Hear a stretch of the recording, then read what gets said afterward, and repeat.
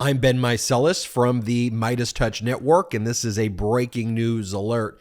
A 5-judge appellate panel in the state of New York has just ruled unanimously that the sanctions imposed on Donald Trump by the lower trial court judge, Justice Arthur Engoron, for contempt in the special proceeding brought by Letitia James, where Trump was sanctioned $110,000 for discovery abuses as part of the contempt order, has hereby been affirmed by the Court of Appeals. The Court of Appeals ruled that Justice Arthur Engoron appropriately exercised his discretion, that Donald Trump deserved to be sanctioned $110,000.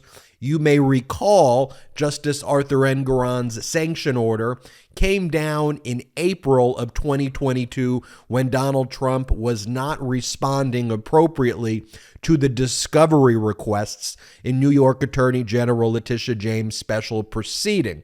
So just to remind you, the special proceeding was kind of the investigatory process led by the Attorney General's office under a special statute in the state of New York that empowers the attorney generals to conduct these investigations of businesses that may be engaging in financial fraud and financial crimes.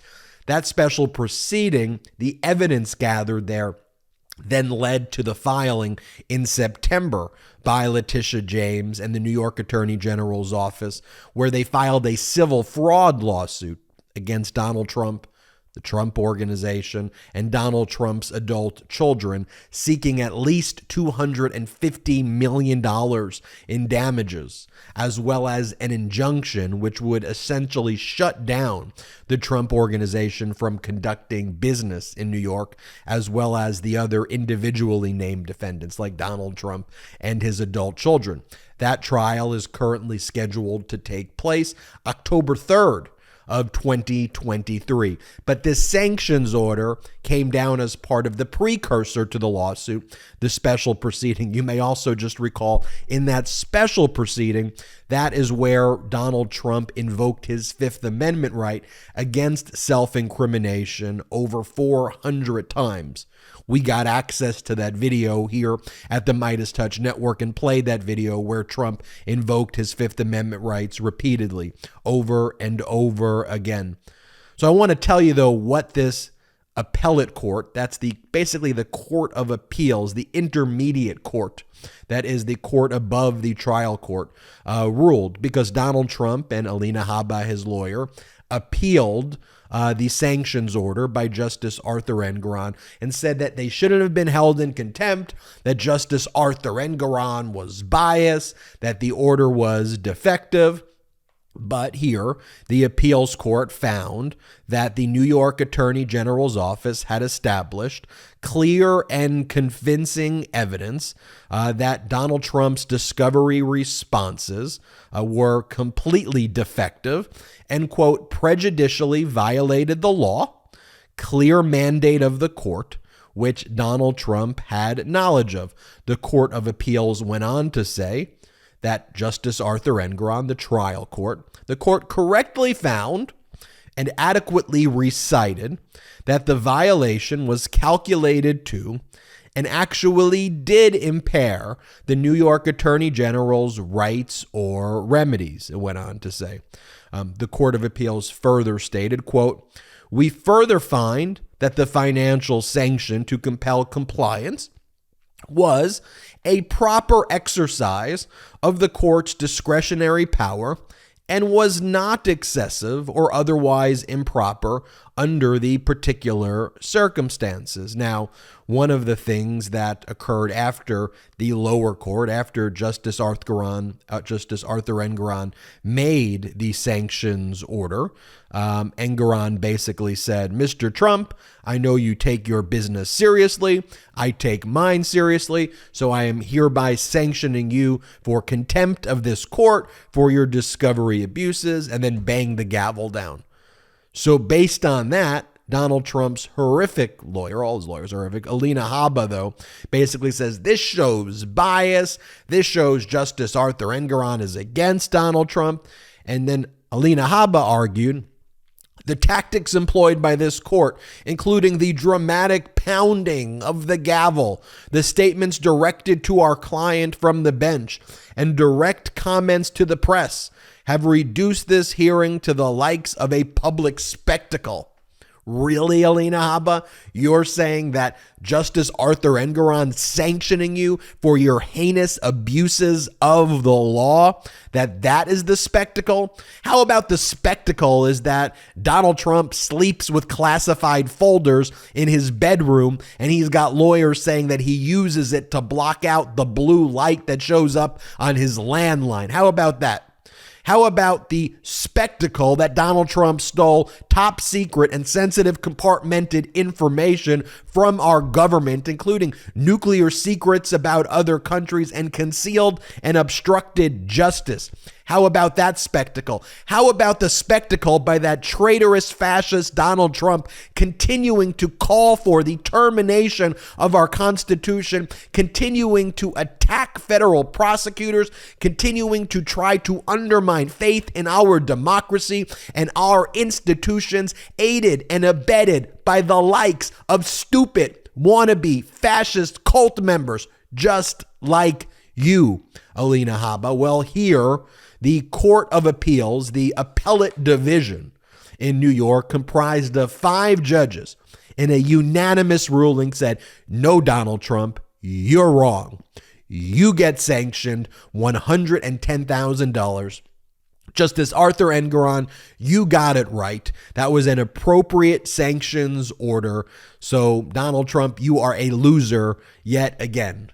And yet again, Donald Trump just keeps on getting sanctioned now, which is a very good thing that courts are finally also saying enough is enough. And of course, we've talked about the other sanctions order, a federal sanctions order, this time that came from federal judge Donald Middlebrooks, a federal judge from the Southern District of Florida, who granted basically $1 million of sanctions against Donald Trump and his lawyer, Alina Habba, commonality, Alina Habba in both of these cases, for filing a frivolous lawsuit, and then an amended complaint against Hillary Clinton and basically half of Washington, D.C. back in March of 2022, which the judge basically says, this is just a ranting and rambling political manifesto. You're not even asserting any claims, and not just some things are frivolous.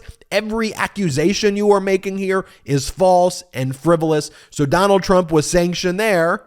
Trump and Alina Habba have appealed that sanctions order, and I suspect they're going to get the same result there that they just received in the New York State Appellate District, where they have lost the appeal and now actually have to pay the $110,000. Now, you're probably saying $110,000 is not a lot of money.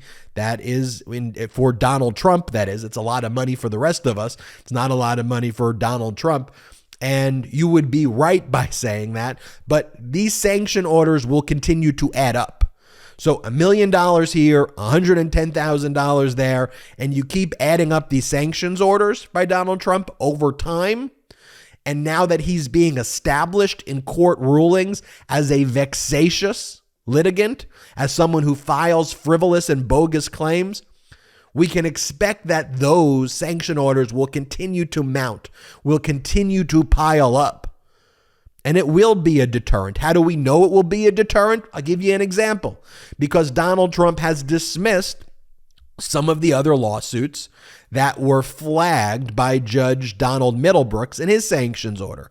So Donald Trump voluntarily dismissed, for example, a frivolous lawsuit that he had filed in Florida against New York Attorney General Letitia James. He also dismissed a case that was on appeal within the Second Circuit Court of Appeals that Donald Trump had filed in a federal court in New York and Syracuse, where Donald Trump lost that case, and he had withdrew that appeal before the Second Circuit. So Trump has voluntarily removed some of the lawsuits. He still has a lot of frivolous ones pending, but ultimately there is now this sentiment amongst the judiciary labeling him as a vexatious litigant. And that is very, very important, folks.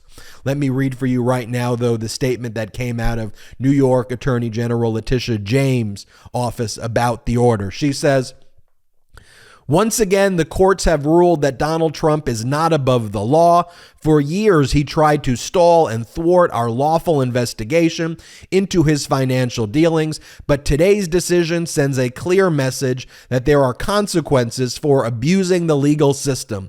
We will not be bullied or dissuaded from pursuing justice."